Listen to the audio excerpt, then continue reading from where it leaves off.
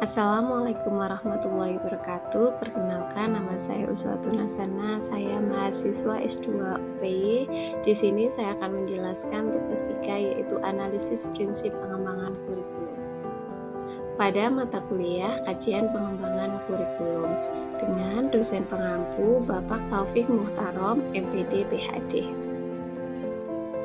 Prinsip pengembangan kurikulum sekolah dasar itu ada 6, yaitu yang pertama adalah prinsip relevansi, yaitu pengembangan kurikulum memperhatikan tuntutan perkembangan zaman sehingga siswa mampu menguasai perkembangan teknologi agar setiap berkompetensi di masa yang akan datang, terutama pada dunia kerja.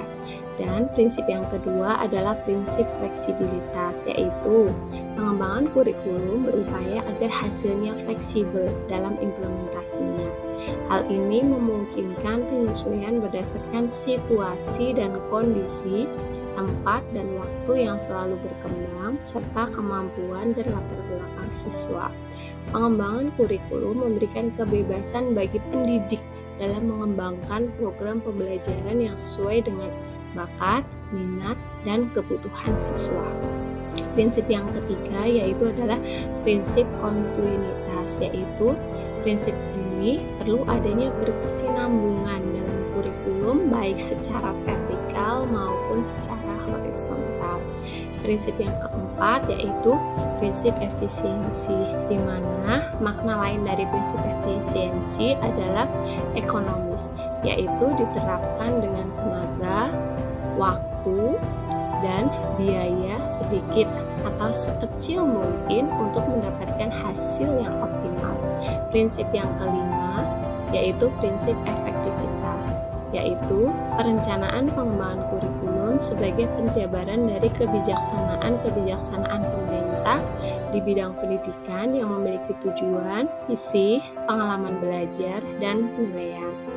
Dan yang terakhir yaitu yang keenam, yaitu prinsip praktis, yaitu mengusahakan agar dalam pengembangan kurikulum dapat mendayagunakan waktu, biaya, dan sumber-sumber lain yang ada secara optimal, cermat, dan tepat sehingga hasilnya memadai.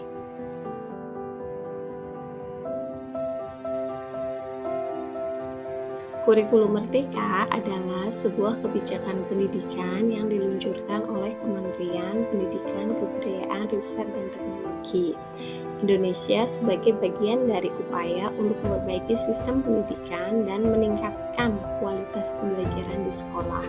Kurikulum ini memberikan fleksibilitas lebih kepada sekolah, guru, dan siswa dalam proses belajar mengajar dengan tujuan untuk menciptakan pengalaman belajar yang lebih relevan, kontekstual, dan menyenangkan. Kurikulum Merdeka telah memenuhi prinsip relevansi atau relevance, di mana kurikulum harus relevan dengan kebutuhan siswa, masyarakat, dan dunia kerja. Kenyataannya, kurikulum Merdeka itu sudah berfokus pada pengembangan kompetensi dasar seperti literasi, numerasi, dan penguatan karakter.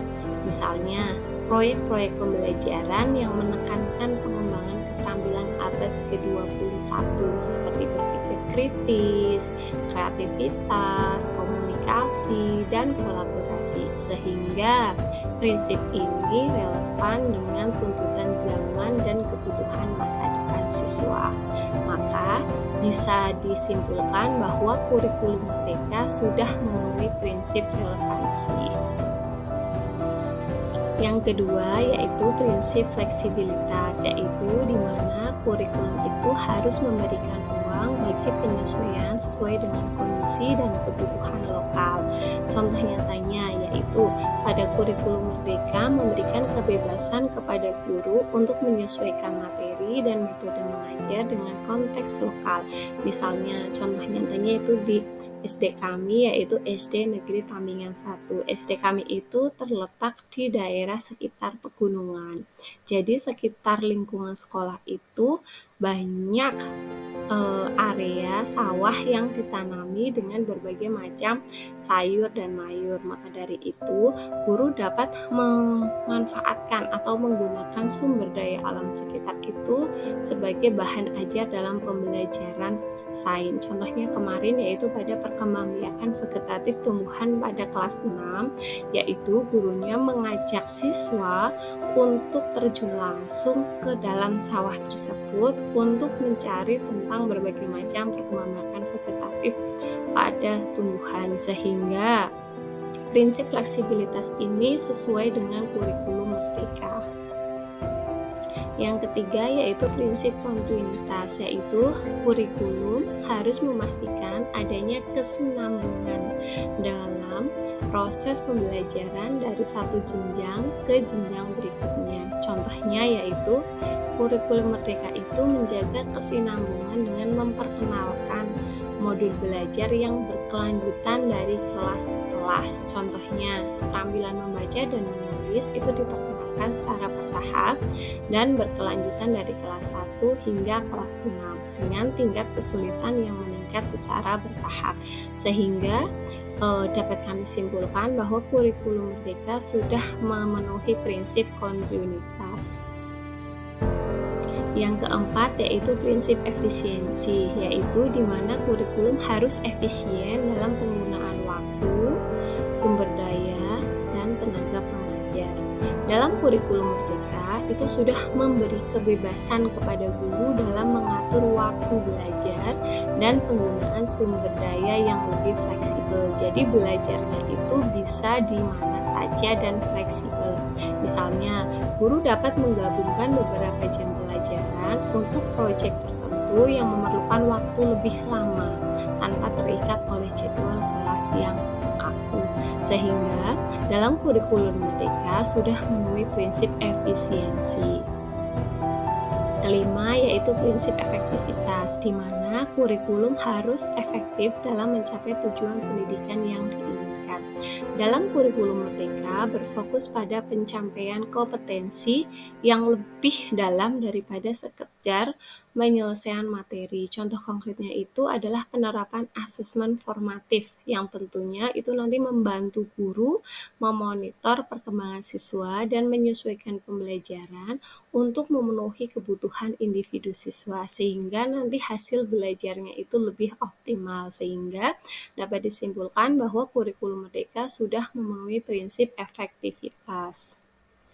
Yang keenam yaitu prinsip praktis. 1.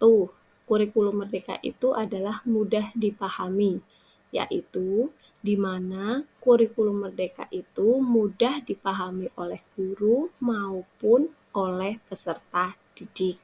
Dan yang kedua, kurikulum Merdeka itu mudah diterapkan, di mana prosedur implementasi kurikulum Merdeka jelas dan mudah diterapkan, sehingga disimpulkan bahwa kurikulum Merdeka telah memenuhi prinsip praktis. Kesimpulan, secara keseluruhan, kurikulum Merdeka Sekolah Dasar sudah memenuhi prinsip-prinsip pengembangan kurikulum, yaitu sudah memenuhi prinsip relevansi, fleksibilitas, kontinuitas, efisiensi, efektivitas, dan praktis. Namun, implementasi penuh dan penilaian jangka panjang masih sangat diperlukan untuk memastikan bahwa semua prinsip ini diterapkan secara konsisten dan optimal dalam praktek di berbagai konteks sekolah di seluruh Indonesia agar pendidikan di Indonesia semakin jaya. Cukup sekian dan terima kasih. Wassalamualaikum warahmatullahi wabarakatuh.